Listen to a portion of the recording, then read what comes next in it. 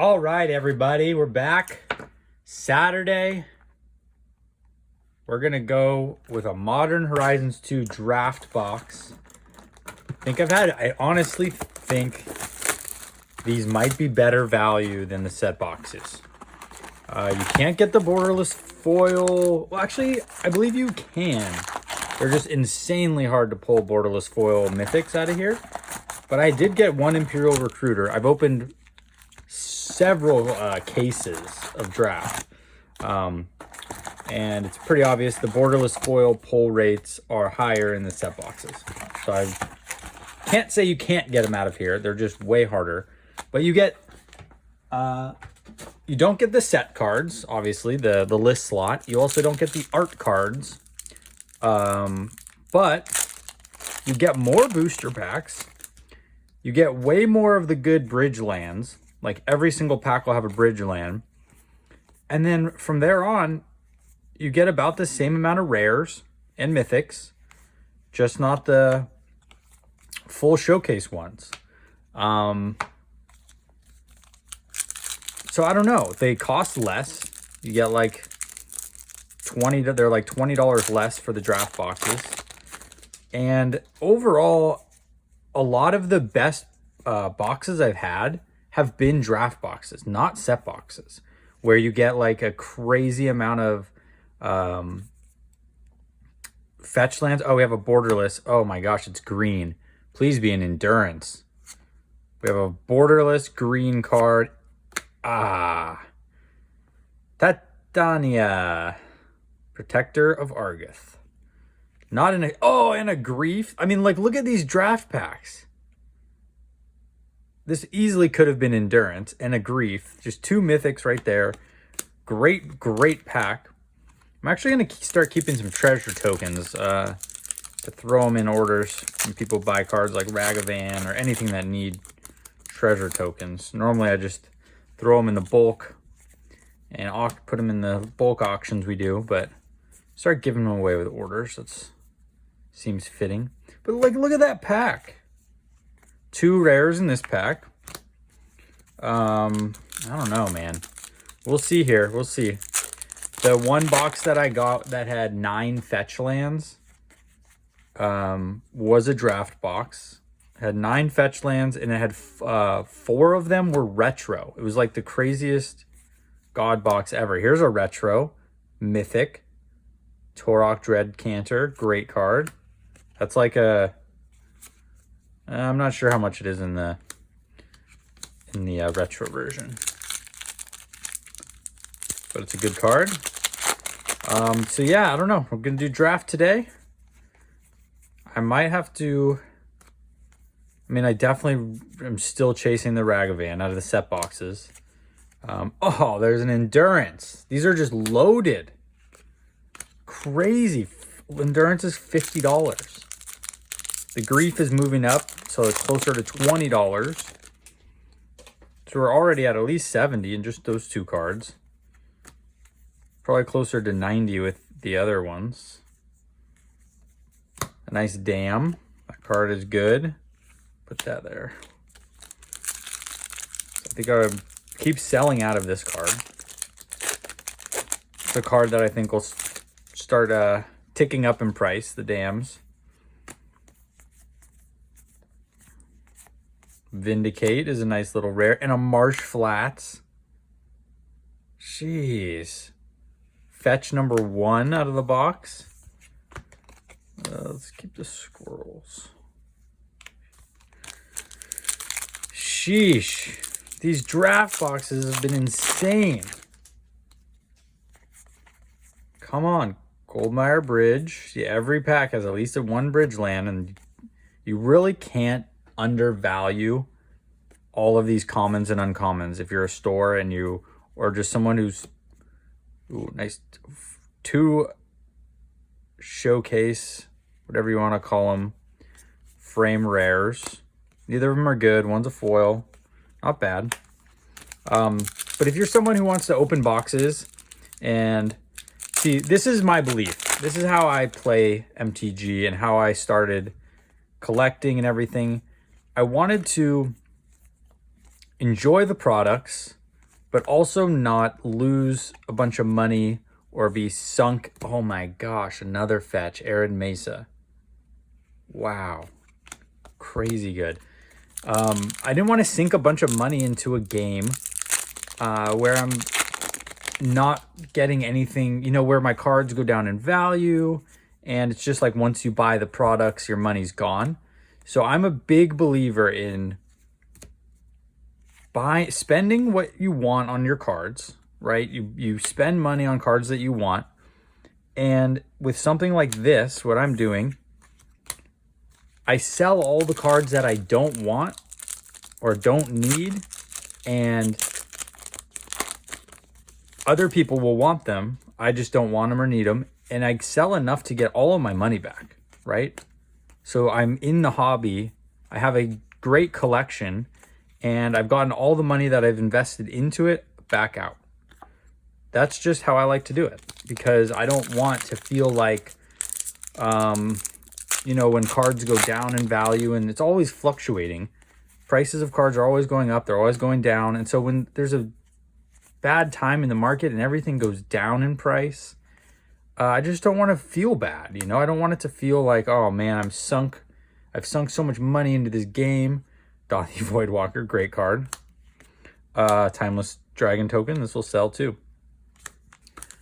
So yeah, I just think when you can sell all of these play sets of commons and uncommons and get a good portion of your money back for the boxes, and maybe even turn a profit, keep all the cards you want. Maybe you want a bunch of fetch lands, so you open a case of Modern Horizons 2, you keep all the fetch lands and whatever else other cards you're looking for. Maybe you need a Sarah's Emissary and you keep it, and everything else you just sell. You sell play sets of commons, you sell all the uncommons, you sell the foil bridge lands, you sell all the bridge lands, you sell, maybe you sell the endurance because you don't need it, and you end up getting all of your money back for these boxes. Plus, you get to enjoy all the cards you want. So that's kind of how I started out. And I've just kind of gone from there. And it works pretty well. You really just, I focus on products that are really good, where they have cards that I want, and also have a bunch of cards of value, like, I don't know, fetch lands, retro framed Verdant Catacombs right here. This is just wild. We're already at 3 fetches. Endurance. How many retro cards? How many? Hold on. I need to put that down. How many good retro rares and mythics or borderless? 3. We already have a Verdant, a retro Torok, and a borderless Titania. 3 fetches, endurance, and a grief. Holy smokes. I'm telling you, there's something about these draft boxes. I don't know. Scurry Oak, that's a good card. Search the Premises. Wow. Even like Zuran Orb. I throw these in the bulk. We do bulk auctions where we just put all these tons of commons and uncommons, the ones we have a ton of, and just auction them off so that people can grow their collection of a bunch of good playable cards. We just have so many of them that we can sell them for cheap, get a little bit back out of each box. But like, you can't undervalue those cards. I could take the time to just sell them as singles and keep them, but man, Ignoble Hierarch, great card. Foil Flay Essence, this is a good card. I think this is an underrated card.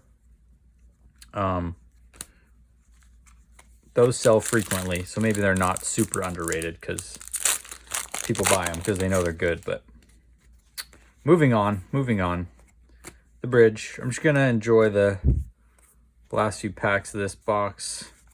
Whew, man, love this. Love opening these packs. I'm hanging on to the fetch lands. I think they're all gonna go up. Just a matter of time. We'll see about some of these other cards. We'll see if anything else spikes over the next, I don't know, 12, 24 months. That Draco, Scion of Draco. Have you guys seen that card? It went from, it's like $1. Now it's $8, $7. Sterling Grove, nice card here. Sword of Hearth and Home, another mythic. Jeez, we're about halfway through this box. And I want to say we're pretty close to paid for the entire box. That Endurance, 3 fetches with that retro Verdant Catacombs. I think we're about at a value already. Still could hit something crazy like a Ragavan or a Solitude. Or we still haven't hit a Scalding or a Misty. Tons of packs left. Come on. Academy Manufacturer. This card is good. Holding value. Squirrel Sovereign foil.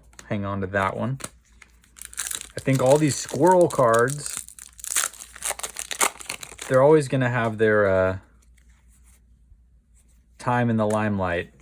Next time more squirrels come out, people are going to look back at this set and try and buy up a lot of the squirrels. Dang, these corners are smashed. What was the rare in this pack? Void Mirror? Oh, the corner's fine.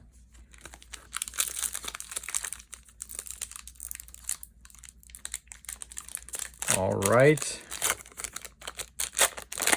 Here we go. Got about 12 packs left, I would say. The Torque. This card's good. Scalding Tarn.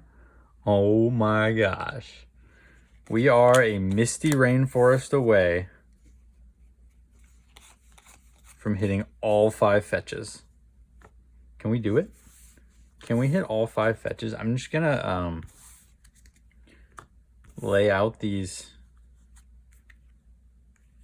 fetches right here so we can see we have them all. And hopefully we can add the Misty right on top. Come on, Misty. For a 5. Not just 5 fetches, but 1 of each. Scion of Draco making the appearance for the recently spiking $7, $8 Dragons card. Artifact Dragon. Pretty ridiculous. Dragon Tribal is just something that Wizards is always going to continue to improve. Dragons, Angels, all of these old tribals that are just so popular. Elves, Goblins, those are all things that they're just always going to continuously try to pump up. So I think cards like that are gonna do well. Scion of Draco is just gonna, and other dragons will just continuously do well. Put that over here. Here we go. Where's that Misty? Magus of the Bridge and a foil Jade Avenger.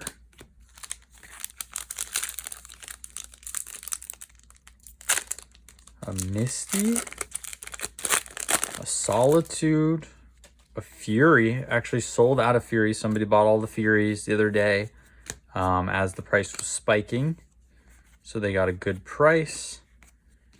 So I'd be pretty happy to pull any more Furies. Solitude. I pretty much keep for myself a play set of everything. So I do have some Furies stashed away from myself. Ooh, a nice construct token. That is a couple dollar card. But as far as the shop goes, completely sold out. And Solitudes we're low on all the incarnations. They're just so good. Fractured Sanity is all right. While these are all cheap, this would be a good time if you're a player and you don't have a play set of a lot of these cards. This is probably the time to get them. As far as singles go, if you're not someone who likes to buy boxes but just individual cards, I would get your play sets of all the cards you think you might need in the future, especially fetch lands. Get a play set of fetches. You just get the cheapest versions so that you can, you know, like just the basic non-retro, non-foil, so you have them to play with, because you're always going to want them in the future in some sort of deck. Counter spell. Counter spank, as we used to call it back in the day. Nice little counter spank. Here we go. Misty, come on. Come on, Misty. Ooh, nice Grist in the back. Here we go. Grist, the Hunger Tide. Nice little mythic there. I think might have one of those in stock. So that's a good one. Razor Tide. Cursed Totem, Out of Time, Nested Shambler. Okay, we are running out of time on this Misty. Come on. 2 packs left. Let's go. Thank you for watching this video. Subscribe to our channel if you haven't already. We have a ton of content coming. Tons more box openings. We are going to definitely have to talk about Warhammer 40K Commander decks. I'm really excited. I wouldn't recommend buying the collector ones unless you have a ton of money and just are happy paying $1,000. That's what they are. Maybe like $1,100 for those decks, the collector edition ones. They're very low print. 2 nice rares coming here at the end. But just, they're so, I mean, it's a huge price tag, $1,000 for 4 decks. But the non-collector edition ones are around probably $250, $225. And the cards, I'm really excited about the cards. So we'll make a Warhammer video. I'm going to definitely get some decks, list some cards.